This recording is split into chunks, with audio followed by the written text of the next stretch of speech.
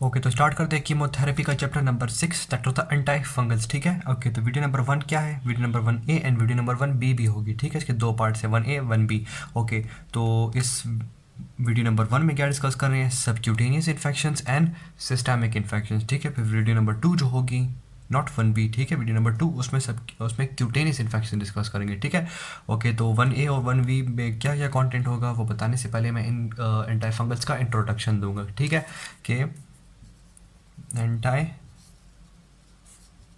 Fungals, ठीक है, ये क्या है, फंगल इन्फेक्शंस जो होते हैं या फिर उसको कहते हैं माइकोसिस, इनके अगेंस्ट जो है ना यहाँ पे आप थेरेपी डिस्कस करेंगे। ठीक है, और इसके इन्फेक्शंस जो होते हैं ना वो मोस्टली क्रोनिक ही होते हैं। ठीक है, और जो मोस्टली इन्फेक्शंस होते हैं, जो मतलब फंगल इन्फेक्शंस जो है या माइकोसिस की इन्फेक्शंस जो होते हैं वो मेनली क्या होते हैं, मोस्टली क्यूटेनियस होते हैं। ठीक है, ठीक है, मोस्टली क्यूटेनियस होते हैं, जो कि वीडियो नंबर 2 में डिस्कस करेंगे। ठीक है, इन वीडियो 2।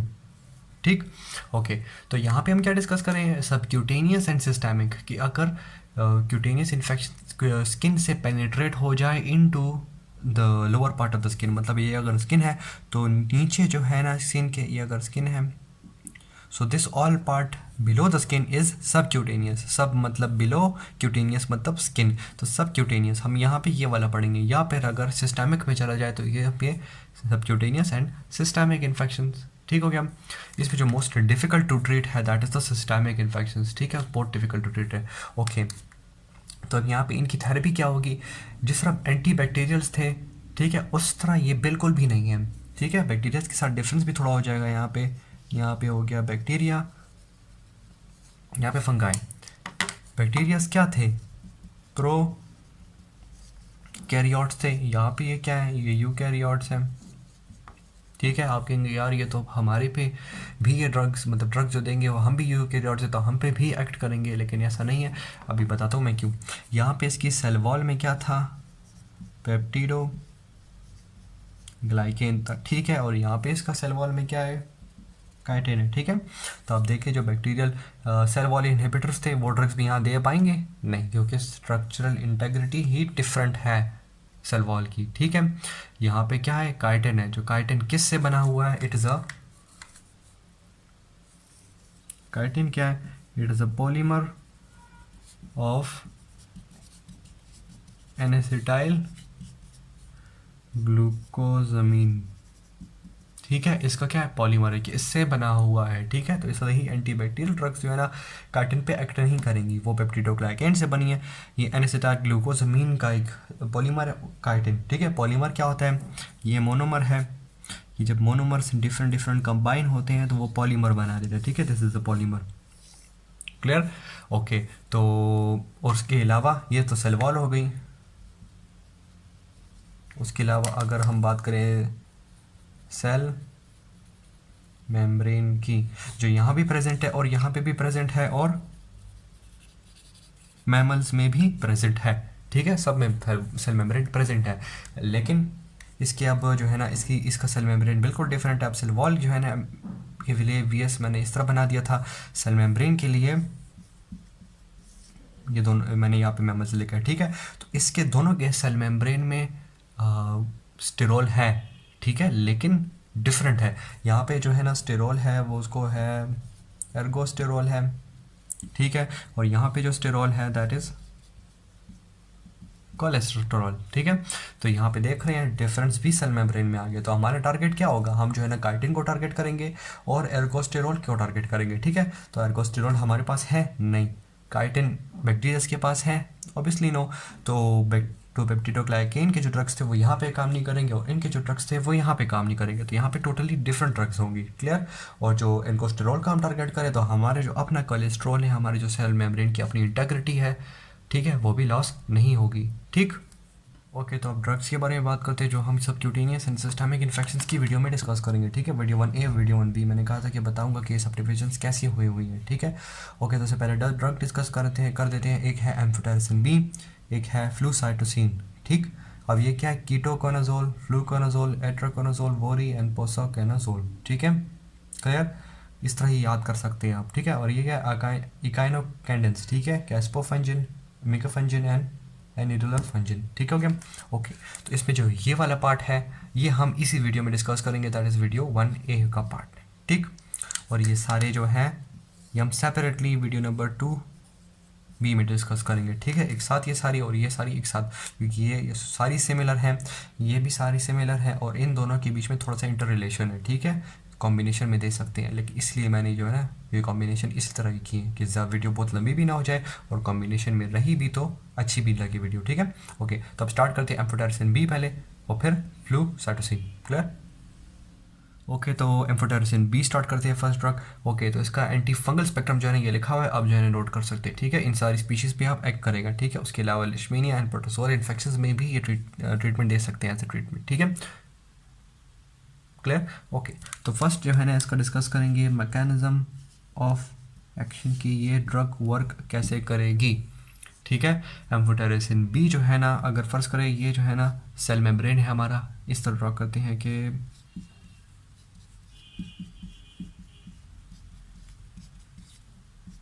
ये सेल मेम्ब्रेन है, ठीक है। एक और बना लेता हूँ, ठीक। तो एम्फोटेरिसिन बी आके क्या करेगा, इधर आके बाइंड कर लेगा, ठीक है। किसके साथ बाइंड करेगा, विद एर्गोस्टेरोल। सेल मेम्ब्रेन है ना ये, तो सेल मेम्ब्रेन में मैंने क्या कहा था, स्टेरोल होगा। स्टेरोल कौन सा है, एर्गोस्टेरोल। तो एम्फोटेरिसिन बी आगे एर्गोस्टेरोल के साथ बाइंड कर लिया, जो कि इधर है सेल मेम्ब्रेन में पड़ा हुआ है, और इसकी वजह से क्या हो जाएगा, इसी तरह ही ये हो गया। आप ये देख रहे हैं मैंने बहुत बड़ी स्पेस बना दी है बीच में, ये क्या गैप बन गया। तो इसी तरह ही एक पोर बन जाएगा। पोर क्या मतलब कि जगह खुल गई, ठीक है, सेल मेम्ब्रेन में। मैकेनिज्म ऑफ एक्शन क्या है एक बार बता दूं, एक दोबारा बता दूं कि एर्गोस्टेरोल के साथ बाइंड किया, जो कि इंटीग्रल पार्ट है सेल मेम्ब्रेन। सेल मेम्ब्रेन के साथ बाइंड हो गया, ठीक है, जो उनसे सेंसिटिव है टूवर्ड्स एम्फोटेरिसिन बी बाइंड हो गई, इसकी वजह से स्पेस खुल गई बीच में, ठीक है, पोर बन गया एक, ठीक हो गया। तो इस पोर की वजह से क्या होगा, मेम्ब्रेन फंक्शन डिस्टर्ब हो जाएगा और इलेक्ट्रोलाइट्स जो अंदर पड़े हुए हैं वो सारे अब बाहर चले जाएंगे। उस इलेक्ट्रोलाइट में जो डिफ्यूज़ होता है दैट इज़ पोटेशियम, ठीक है। तो सेल मेम्ब्रेन फंक्शन जो है ना और उसके अलावा और भी अदर्स, ठीक है, सारे क्या होते हैं, बाहर चले जाएंगे, ठीक। तो सेल मेम्ब्रेन का फंक्शन भी डिस्टर्ब हो गया है, इलेक्ट्रोलाइट इम्बैलेंसेस भी आ गई, ठीक है। तो इसकी ये जो है ना इसका मैकेनिज्म ऑफ एक्शन है। और मैंने जो है ना बात किया कि एर्गोस्टेरोल के साथ बाइंड कर रहा है, ठीक है। कोलेस्ट्रॉल मैंने नहीं कहा ना, मैंने इससे पहले बताया था कि मेमिलियन सेल मेम्ब्रेन में क्या होता है, कोलेस्ट्रॉल होता है, यहाँ पे क्या है, एर्गोस्टेरोल है, ठीक, डिफरेंस है ना। तो ये एर्गोस्टेरोल के साथ बाइंड करके उसकी सेल मेम्ब्रेन डिस्टर्ब कर रहे हैं, हमारे पास हमारे ऊपर एक्ट नहीं करेगा। So that's why it is specifically acting against the fungi, ठीक है, उनके सेल वॉल, इनके सेल मेम्ब्रेन की तरफ, क्लियर हो गया। तो इसलिए जो है ना हम बच जाएंगे, ठीक है। और ये जो है ना बहुत ही टॉक्सिक ड्रग है, ठीक है, इसकी जो है ना टॉक्सिसिटी बहुत ज़्यादा है, लेकिन despite it's toxicity it is still use, क्योंकि बहुत ही इफेक्टिव ड्रग है, इसलिए जो है ना हम यूज़ करते हैं। लेकिन ये कर सकते हैं, मैंने क्या कहा था कि मैं इस वीडियो में 1A में एम्फोटेरिसिन बी कराऊंगा और फ्लूसाइटोसिन कराऊंगा, ठीक है। मैंने कहा था कि इनके कॉम्बिनेशन में आएगी, इसलिए इस वीडियो में ज़रूरी है, इसलिए मैं दोनों को कंबाइन कर रहा हूँ, ठीक है। कंबाइन मैंने क्यों कर रहा हूँ, मैंने कहा ना टॉक्सिक ड्रग है, ठीक है। तो इसके साथ हम कॉम्बिनेशन में कॉम्बो में क्या देते हैं, फ्लूसाइटोसिन, ठीक है। इनका कॉम्बिनेशन क्या है, सिनर्जिस्टिक है। सिनर्जिस्टिक क्या मतलब 1+1=3 के दोनों के कॉम्बिनेशन से इफेक्ट इंक्रीज हो गया, ठीक है। तो इसकी वजह से जब हम फ्लूसाइटोसिन दे दिया तो फिर जो है ना हम lower dose of amphotericin B दे सकते हैं, ठीक है, क्लियर। तो इसकी वजह से वो टॉक्सिक लेवल्स भी अचीव नहीं होंगे जो कि ज़्यादा डोज की वजह से एक्स्ट्रा अचीव हो रहे थे, ठीक है। फिर भी लीस्ट टॉक्सिक है, सॉरी फिर भी हाईली टॉक्सिक है, लेकिन हम लोअर डोज दे देंगे तो फिर सर टॉक्सिसिटी रिड्यूस्ड हो जाएगी, ठीक है, इसकी वजह से, इसकी सिनर्जिस्टिक कॉम्बिनेशन में, ठीक। इसलिए मैं जो हूँ ना ये दो ड्रग्स एक साथ ही यहाँ पे डिस्कस करता हूँ। ओके, तो इसका मैकेनिज्म ऑफ एक्शन हो गया। तो मैकेनिज्म ऑफ एक्शन के बाद इसकी क्या आती है बात, रेजिस्टेंस पेयर के, रेजिस्टेंस कैसे अचीव करेगा, खुद ही आप मैकेनिज्म ऑफ एक्शन से देख ले। मैकेनिज्म ऑफ एक्शन किसकी वजह से हो रहा है, एर्गोस्टेरोल की वजह से हो रहा है ना। तो अगर हम इस सेल मेम्ब्रेन के कंटेंट में अगर फर्ज करें, पहले इसको डिवाइड कर लेते डायग्राम को, ये जो है ना रेजिस्टेंट है, और ये नॉन रेजिस्टेंट है, ठीक है। ये नॉन रेजिस्टेंट फंगाई है और ये रेजिस्टेंट फंगाई है। नॉन रेजिस्टेंट फंगाई में आप देख रहे हैं इतने ज़्यादा ये एर्गोस्टेरोल पड़े हुए हैं, ठीक है। रेजिस्टेंस में कंटेंट देख रहे हैं एर्गोस्टेरोल का कंटेंट ही रिड्यूस हो गया, तो ये ड्रग इफेक्टिवली काम कर पाएगी? नो, ठीक है। तो इसका एक्शन रेजिस्टेंस क्या है? By decreasing the ergo content of ergosterol in the cell membrane, तो उसका मैकेनिज्म ऑफ एक्शन ही रुक गया, ठीक है। So this was the mechanism of action resistance in antifungal spectrum of amphotericin B. अब बात करते हैं इसके pharmacokinetics and other detail about this drug. Okay, तो अब एम्फोटेरिसिन बी के फार्माकोकाइनेटिक्स एंड फार्माकोडायनामिक डिस्कस करेंगे, ठीक है। तो पहले फार्माकोकाइनेटिक्स में पहले क्या होता है? एडमिनिस्ट्रेशन, ठीक है। एडमिनिस्ट्रेशन एंड एब्जॉर्प्शन, ठीक है। मैंने कहा था कि हाईली टॉक्सिक ड्रग्स हैं, ठीक है। और उसके अलावा क्या है? These are insoluble in water, ठीक है। इनसॉल्युबल इन वाटर है, तो इसकी हम क्या करते हैं? जब इन्फ्यूजन करते हैं, तो इन्फ्यूजन से बात आ गई। इसकी एडमिनिस्ट्रेशन दैट इज़ आईवी या फिर इंट्राथीकल का पहले बताता हूँ, पहले आईवी इन्फ्यूजन का बता दूँ। ये क्या होते हैं? These are insoluble in water, ठीक है। तो इसके साथ हम जो है ना एक सोल्यूशन बना के देते हैं, एडिशन करते हैं। ये मतलब ये हो गया एम्फोटेरिसिन बी हो गया, ठीक है। ये एम्फोटेरिसिन बी हो गया, उसके साथ हम एडिशन करेंगे सोडियम डिऑक्सी कोलेट, ठीक है। जब इसके साथ जब कॉम्बिनेशन करते हैं तो ये हमें क्या देता है? एक मतलब एक कोलाइडल सोल्यूशन दे देता है, कोलाइडल सोल्यूशन, ठीक है। कोलाइडल सोल्यूशन दे दिया। अब जाके जो है ना हम एडमिनिस्ट्रेशन कर सकते हैं आईवी में, ठीक है। आईवी से भी किस तरह इन्फ्यूजन करेंगे? स्लो इन्फ्यूजन, तो इसकी एब्जॉर्प्शन हो रही नहीं क्योंकि ये तो डायरेक्ट हम एडमिनिस्टर कर रहे हैं ना आईवी में। और इंट्राथीकल क्या होता है? इंट्राथीकल जो है ना हम डायरेक्ट जो है ना अपने स्पाइनल कॉर्ड में डायरेक्ट डाल देते हैं, ठीक है। मतलब डायरेक्ट जो है ना हम मतलब ये जो है ना इफेक्टिव कंसंट्रेशन सीएसएफ में जाती नहीं है, ठीक है। तो चलिए डिस्ट्रीब्यूशन बता देता हूँ, उसके साथ ये इंट्राथीकल भी हो जाएगा। एब्जॉर्प्शन के बाद डिस्ट्रीब्यूशन ही बात करनी थी ना। डिस्ट्रीब्यूशन क्या है? It has minimal concentration in the CNS and vitreous humour, मतलब आई में। तो सीएनएस में मिनिमम जब कंसंट्रेशन आ रही है तो अल्टरनेटिव मेथड कौन सा है जिस तरह जो है ना जिससे हम जो है ना सीएनएस में प्रॉपर कंसंट्रेशन डाल सकते हैं? दैट इज इंट्राथीकल राउट, ठीक है। उसमें जो है ना डायरेक्ट जो है ना सीएनएस में ही पहुंचेंगी ड्रग्स। लेकिन बात यह है कि सीएनएस में अब क्यों दे रहे हैं, ठीक है। तब देंगे जब अगर एम्फोटेरिसिन बी सेंसिटिव मेनिंजाइटिस हुआ है, ठीक है। फंगल मेनिंजाइटिस हुआ है, एम्फोटेरिसिन बी सेंसिटिव, फिर जाके हम जो है इंट्राथीकल राउट से जो है देंगे, जाके इंट्राथीकली सीएनएस में जाके इफेक्टिव कंसंट्रेशन होगी और फिर जाके काम कर सकेगी, ठीक है। और उसके अलावा जो है ना बॉडी कंपार्टमेंट्स में भी प्रॉपरली डिस्ट्रीब्यूट होती है, ठीक है। तो डिस्ट्रीब्यूट होती है तो जाके जो है ना ये कंसंट्रेट कर जाती है। अगर कंसंट्रेट कर जाए हमारे किडनी में तो नेफ्रोटॉक्सिसिटी कॉज कर सकती है, ठीक है। डिस्ट्रीब्यूशन हो जाए और किडनी में तो नेफ्रोटॉक्सिसिटी कॉज कर सकती है, ठीक है। इसके लिए भी हमारे पास एक हल है। हम जो है ना मतलब एक जो है ना दो टाइप की ट्रीटमेंट होती है एम्फोटेरिसिन बी की, एक एम्फोटेरिसिन बी, ये दो टाइप की ट्रीटमेंट है। ये तो कन्वेंशनल थेरेपी है जो कि जो बस डायरेक्ट इन्फ्यूजन कर रहे हैं, जो कि कन्वेंशनल जितने भी हमने पढ़ी कन्वेंशनल मतलब कि जो हर वक्त हर कोई यूज़ करता है और जो ट्रीटमेंट यूज़ होती आ रही है, ठीक है। तो कन्वेंशनल थेरेपी में अगर रिड्यूस्ड रीनल फंक्शन या फिर इंक्रीज्ड टॉक्सिसिटी आ जाए रीनल की, तो फिर हम जो है ना कन्वेंशनल थेरेपी यूज़ नहीं करते। हम क्या यूज़ करेंगे? ये स्पेशल थेरेपी यूज़ करेंगे। ये क्या है? इसमें क्या होता है? हम जो है ना नज़र नहीं आ रहा है, लाइपोसोम बना देते हैं। लाइपोसोम क्या है? It is a spherical shaped vesicle, ठीक है, बाइलेयर्ड, ठीक है।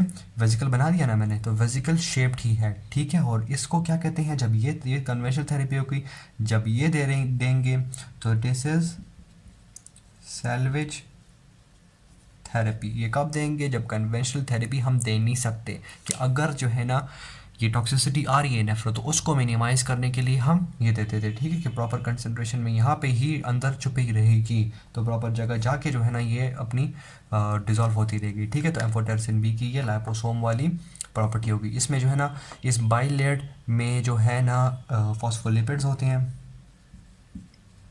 Lipids and cholesterol. में टारगेट क्या, to reduce the nephrotoxicity cause by the conventional therapy of the amphotericin B.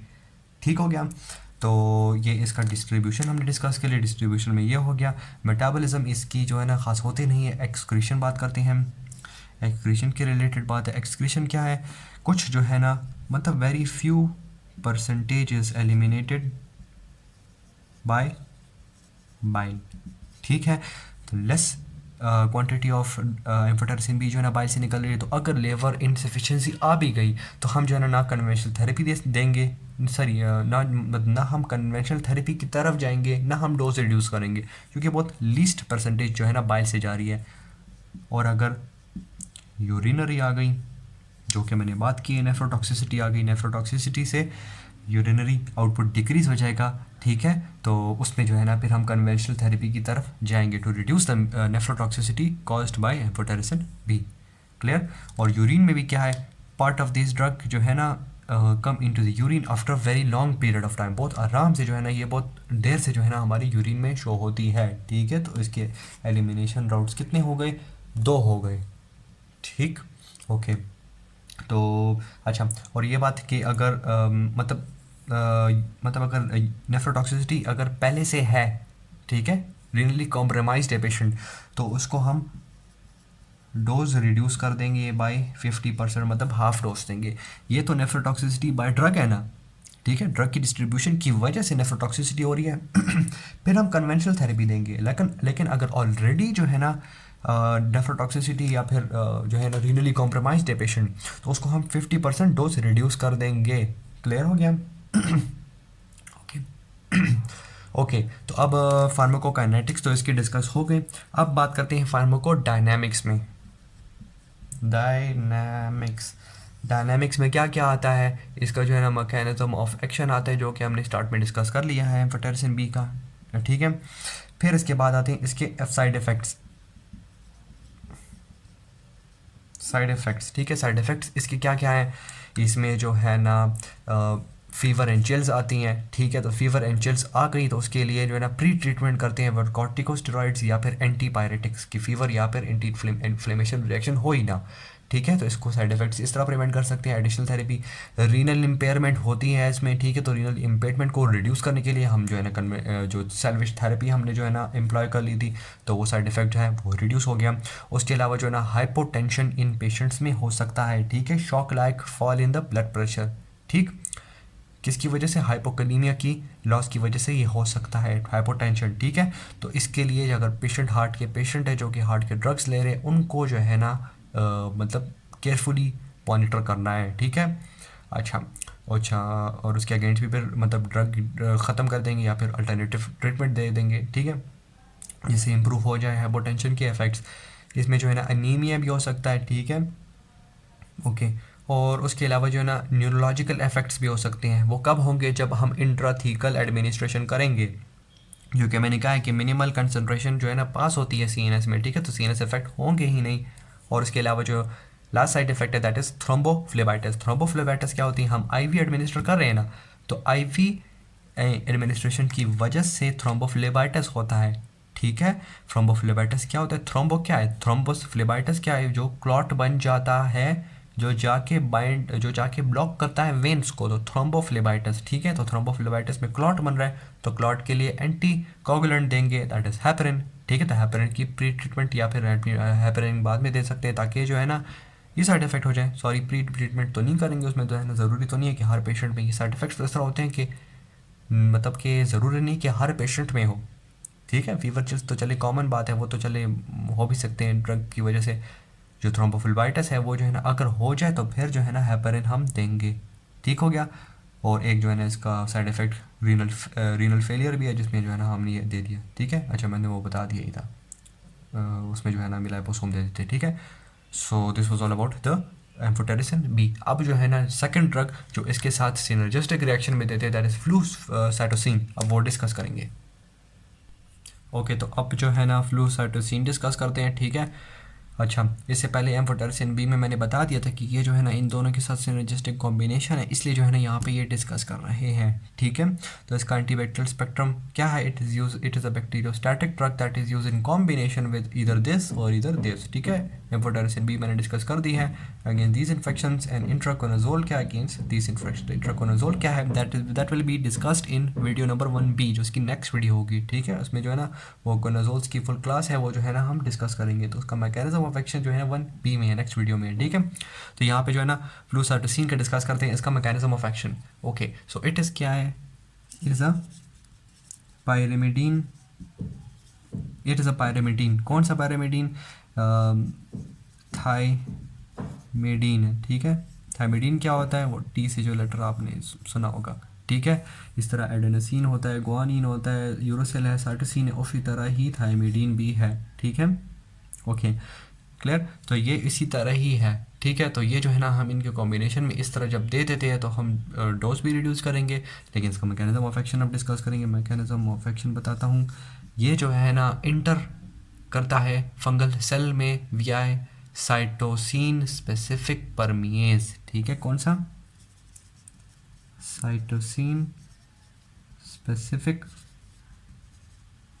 परमिएज, ठीक है, जो कि हमारे मेमेलियन सेल्स में जो है ना एब्सेंट होगा, ठीक है। तो ये जो है ना यहाँ से जब ये ट्रांसपोर्ट हो जाता है और सेल के अंदर जब आ जाता है, ठीक है, हम जो है ना इसको फ्लूसाइटोसिन को FC से रिप्रेजेंट करेंगे, ठीक है। किससे, FC से, ठीक है। फ्लूसाइटोसिन जिस तरह ही ये सेल के अंदर आ जाएगा, it will be converted into FU।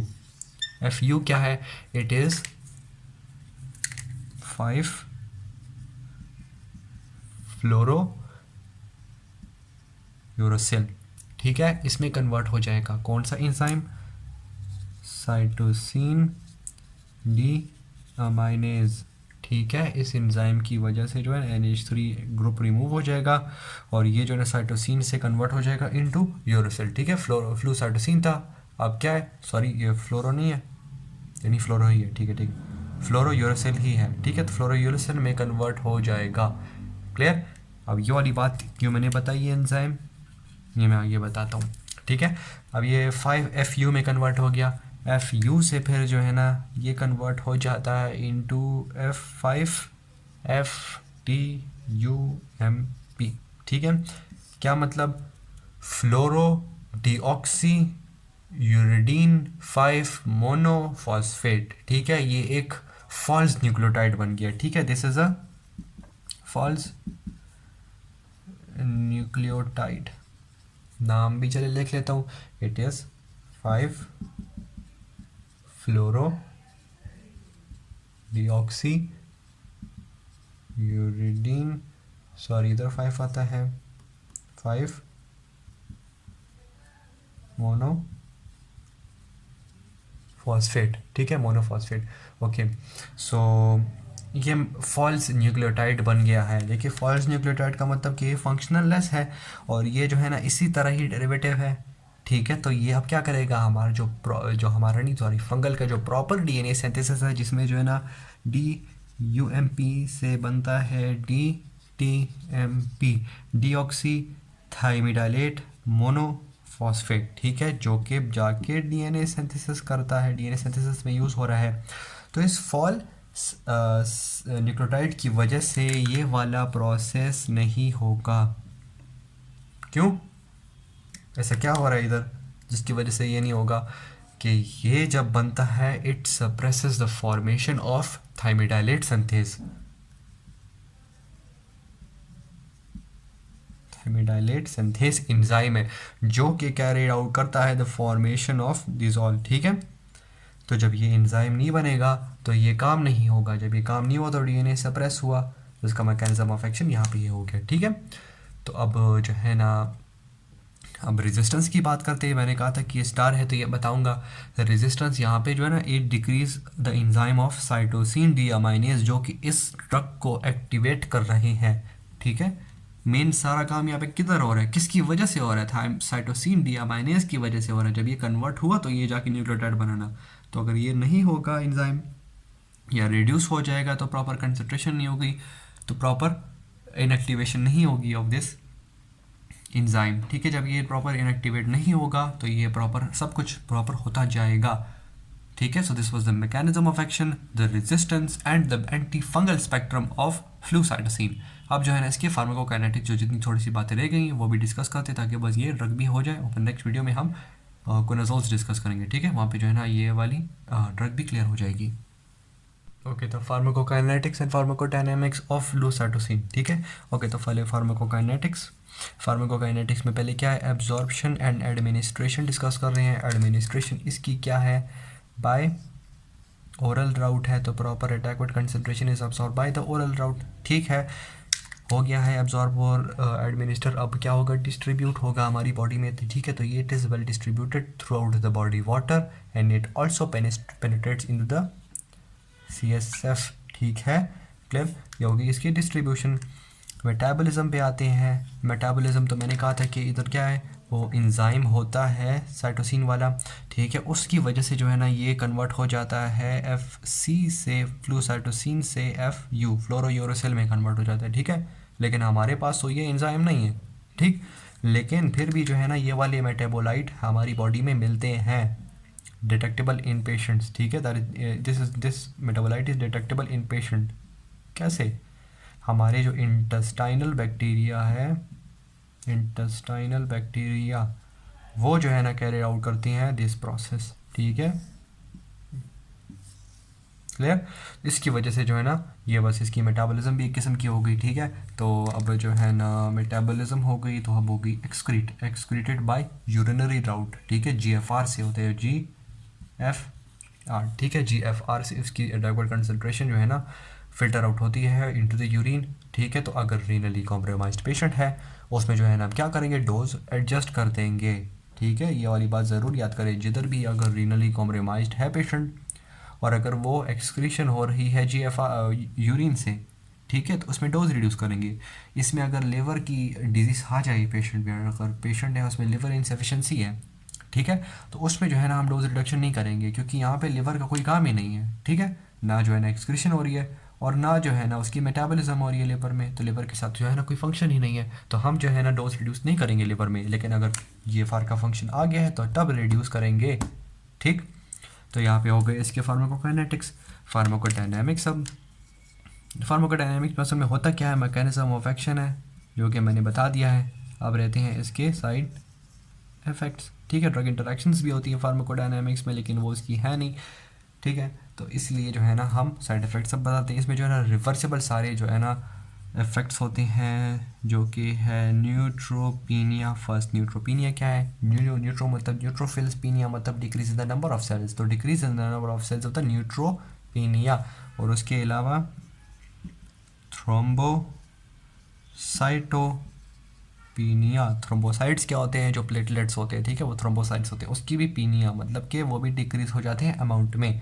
ठीक है, और इसके अलावा जो है ना बोन मैरो डिप्रेशन करते हैं। ठीक है, जब बोन मैरो डिप्रेशन हो रहा हो तो हम क्या करेंगे, रिड्यूस कर देंगे डोज को, क्योंकि हमें ये तरह सीरियस साइड इफेक्ट है। ठीक है, तो फिर भी रिवर्सेबल है, इसकी वजह से ही सब कुछ बनते हैं। ठीक है, तो अगर बोन मैरो डिप्रेशन ही हो रही है तो ये तो फिर जो है ना परमानेंट हो सकती है, तो इसलिए जो है ना हम डोज रिड्यूस कर देंगे अगर ये हो जाए। ठीक है, इसके अलावा जो है ना हेपेटिक फंक्शन भी डिस्टर्ब हो सकता है, और जो है ना GI डिस्ट्रेस भी हो सकते हैं, क्योंकि ओरल राउट से जा रही है ना, तो GI डिस्टर्बेंसेस तो फिर कॉमन हो गई, नोजिया वॉमिटिंग डायरिया जिसमें आते हैं। ठीक है, और बस यहाँ पे जो है ना सो बस फार्माकोडायनामिक्स भी डिस्कस हो गई। ठीक है, साइड इफेक्ट्स ही मेन रहते थे। सो बस this was all about flucytosine, और यहाँ पे वीडियो नंबर 1A जिसमें जो है ना 2 ड्रग्स हमने डिस्कस कर ली। ठीक है, अब जो है ना next video number 1B discuss करेंगे, जिसमें रिमेनिंग जो ड्रग्स हैं for the subcutaneous infections and systemic infections.